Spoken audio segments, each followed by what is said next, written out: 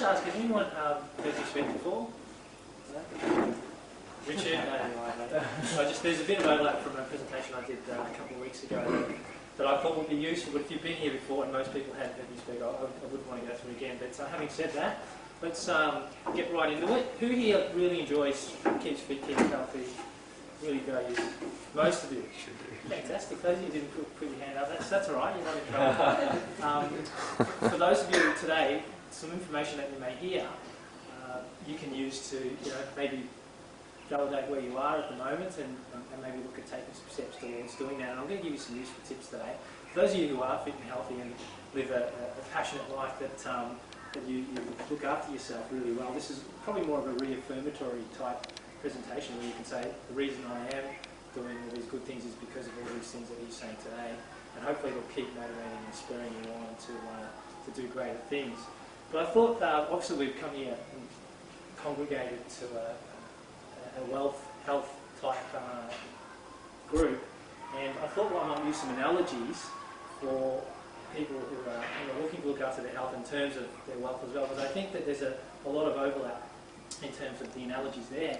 So I sat down by myself and I sat down with Young and we went through some analogies that possibly we could use, and I'll just write them up on the board here and take you through them just to see if it clicks with you guys. So, up here, and it's not clear. Who's good with me?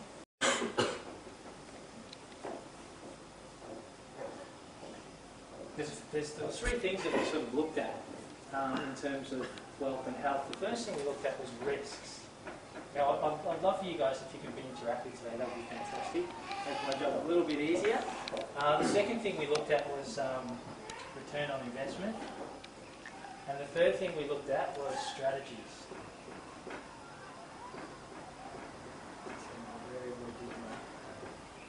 Please excuse my handwriting, folks. It's when you spend 5 to 6 years at uni and you actually try and keep up with the lecturers all that time, it gets pretty messy.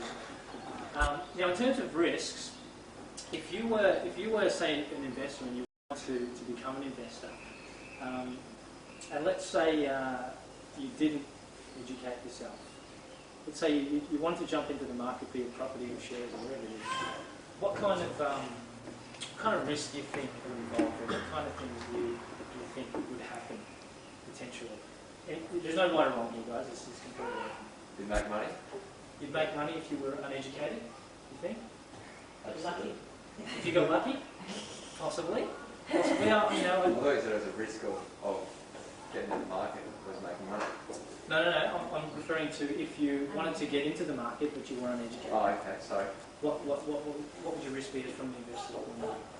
Uneducated about what you're about to get involved. Yes. Losing money. Exactly. Losing money. Probably the main one. Is there anything else that anyone can think of? You're taking advantage of? Yeah, definitely. And that would turn you off wanting to do anything else after that, perhaps. What would spur you on? It could fade off if you're so inclined personality-wise. In terms of your health, I mean, the risk of not exercising is huge. And some of the things that I looked at was the risk of obviously dying, something that we don't want to do, but it increases your risk of contracting a whole heap of chronic diseases such as heart disease, diabetes, 10, 20, 30-fold. If I compare someone who had exercise as compared to someone who didn't. So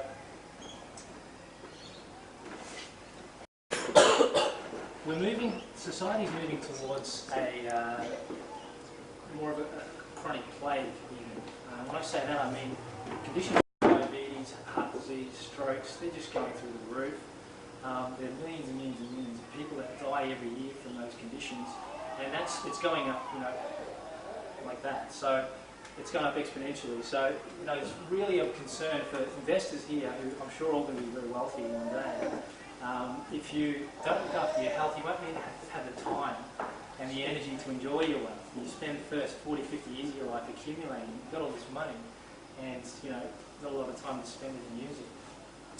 In terms of return on investment, the analogy that we used, and Young helped me out with this one, I thought was really good. We're going to make some assumptions here. and I'll just take you through them. So let's assume that 70 years of age was an average expected lifespan. Is that fair enough for everyone? Let's just say that for today's purposes. And let's just say that exercise, and this is proven by the way, so I'm not speculating here, but exercise has been shown to increase your lifespan significantly. For the purposes of today, we're going to say that you live another 15 years on top of your 70 years if you exercise, as compared to no exercise and dying at 70. Okay, is everyone clear with that so far? Yep. Okay. So, if we, now let's do some math here. That sounds great already. Sounds good already, doesn't it? Yeah, sounds like fantastic. Yeah, I'm back to So if we take the amount of minutes that's recommended to lead a healthy lifestyle per week, probably be about 100 minutes a week. Okay, so 100 minutes a week exercising. What do you classify as exercise? Okay, what do I classify as exercise? We'll talk specifics later on. But we're just going to focus on return investing. Once I convince you that the return is good, then you can talk to me about specifics. Okay, so 100 minutes per week now. Does anyone know how many minutes there are in a week? Like how many minutes there are in a week? Got a calculator out? It was 186 hours, isn't it, a week? I've done the calculations, guys. There's 10,080 minutes a week. In a week. Okay. So if we look at the percentage of how much time you should spend exercising to get that return, okay, we'll be looking at, so we made that 10,000 for purposes to make it easy. We're looking at, cross that out, 1 on 100 is 1% of your time. Okay? 1% of your time. Now, so you've exercised for 1% of your time for the 70 years that you've lived. Okay, so 70 years times 1% is equal to 0.7 of a year. Is everyone with me? 70 years times 1% of your time is equal to 0.7 of a year, which is equal to about 8.4 months to be exact. How many days? Which is however many days you decide to calculate it out. Now, if that amount of time gives you an extra 15 years, okay, the return would be 15 years on 0.7 of a year. Okay, so that's your investment. Yeah, that's your profits or return. Okay, which would equal.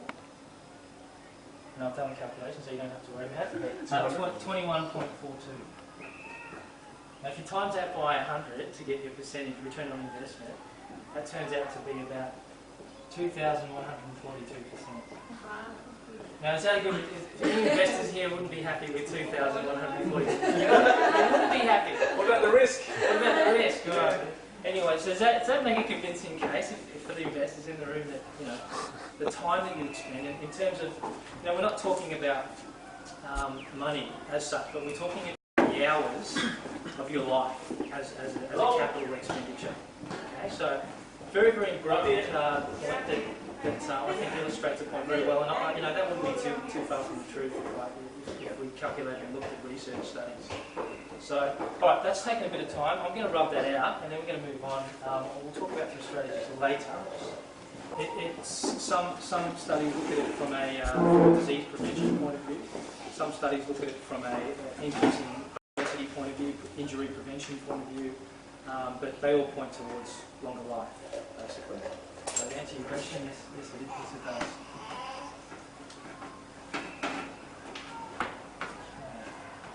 Now, I actually work a bit in the cardiovascular rehabilitation. Does anyone know what cardiac rehab is? A few people? Okay, if you don't know what it is, if you have a heart attack, you go through a bit of a process to get you back to where you were from where you started, because you're usually very debilitated after a really hard cardiac event. And I was working as a cardiac technician. Does anyone know what stress test is?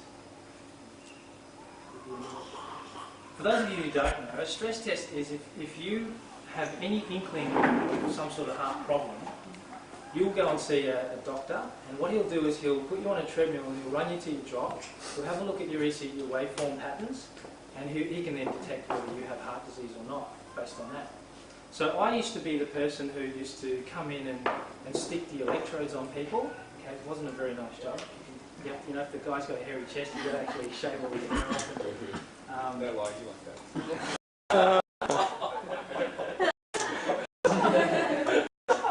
So getting back to the story, I was running a stress test one day, and a guy called Gus comes in. Now, this Gus was Gus, G-U-S. And Gus was Was he hairy? I can't remember now. Let's not get bogged down in the details there, okay? Now, Gus was obviously a corporate executive. He was a little bit overweight, and he'd obviously never exercised before in his life, but he had a really strong personality, and he knew what was coming up, and I said to him, Gus, are you all ready to fire up and do well on this test? And Gus said, yeah, mate, I'm going to kill it. This is, you know, I do this for a living, jokingly. So I put the ECG electrodes on him, and I switched on the machine, and a normal resting heart rate, guys. Does anyone know what a normal resting heart rate is? 16, 60 is it? 60 to 100, 60 to 90. 60 and up. Very good. 60 to 80. But you're a nurse. If you all took your heart rate now, I would pretty much bet that everyone would be between 60 and 80, okay, as a general guy. If you're very, very fit, Steve Monaghetti, one of the great Australian marathon runners, be around 40 to 45. And getting back to the story, when I turned the machine on, Gus was up around 120 at rest. Okay? So I plugged this thing on him, and here is this waveform saying that his heart rate's just gone, you know, really, he's really obviously unfit. There are other explanations to that, you know, but I don't think that he found me attractive. So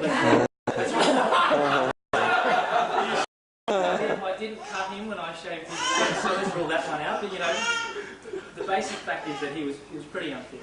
So we got him on the machine, and the average test goes for about 6 to 12 minutes. So if I popped everyone on here, the least fittest person will last about 6 minutes. The fittest person will last about 12 minutes. Okay, the record that I've seen is about 18 minutes by some marathon guy.